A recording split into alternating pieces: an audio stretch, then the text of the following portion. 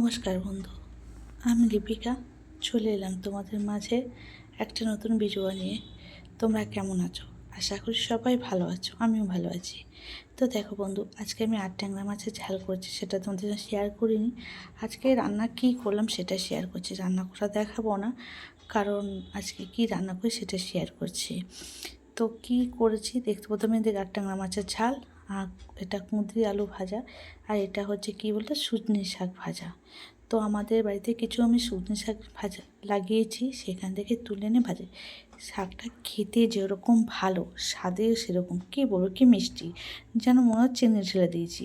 কিন্তু দারুণ হয়েছে যেন। বন্ধুরা, তোমরা সুজনি শাক কে কে খেতে ভালোবাসো? তো চলো আজকে কোথা থেকে তুললাম সেটা শেয়ার করছি। তো কালকে বিকেলে দেখো বন্ধুরা, আমি চলে গেছিলাম যেখানে আমাদের সুজনি শাক লাগানো আছে সেখানে। তো দেখো বন্ধুরা, এইখানটা দেখো, এখানে মাটি এখনও ভিজে, এখানে আমরা গাছ লাগাই মোটামুটি। দেখো পাতে দেখা যাচ্ছে কাদা পুরো ভিজে, এইখানেই সুজনি শাকের বিচা কিছুটা ফেলেছিলাম। দেখো বন্ধুরা কীরকম সুজনি শাকগুলো হয়েছে, কত সুন্দর সবুজ সবুজ।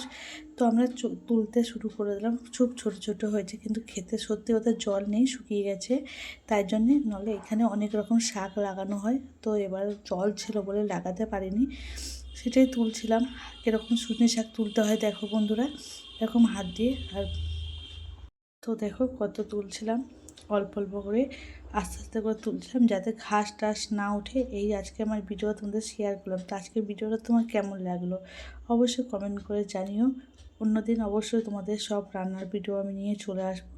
আজকে শাক তোলা ভিডিও তোমার সঙ্গে তুললাম, যেটা আমরা নিজে লাগিয়েছি, আর সুন্দর, কোনো সার নেই, কোনো ওষুধ দেওয়া নেই, একদম পিওর অরিজিনাল যেটা বলা হয়, এতে কোনো কিছু দেওয়া নেই। তো বাই বাই ভিডিও, ধন্যবাদ বন্ধুরা ভিডিওটা দেখার জন্য। আবার দেখাবে নেক্সট ভিডিওতে। আমাদের রাস্তার পাশে যেহেতু ঘর, তার জন্য কী বলতে গাড়ি ঘোড়ার আওয়াজ প্রতিনিয়ত আসতে থাকে। তো আমি শাকগুলো তুলে নিয়ে বাড়ি চলে গেলাম। তো আজকে সেই শাক ভাজা করেছি, আর তার সঙ্গে একটা কুলপো শাকও তুলে নিলাম। তো বাই বাই বন্ধুরা, আবার দেখা হবে নেক্সট ভিডিওতে। ভিডিওটা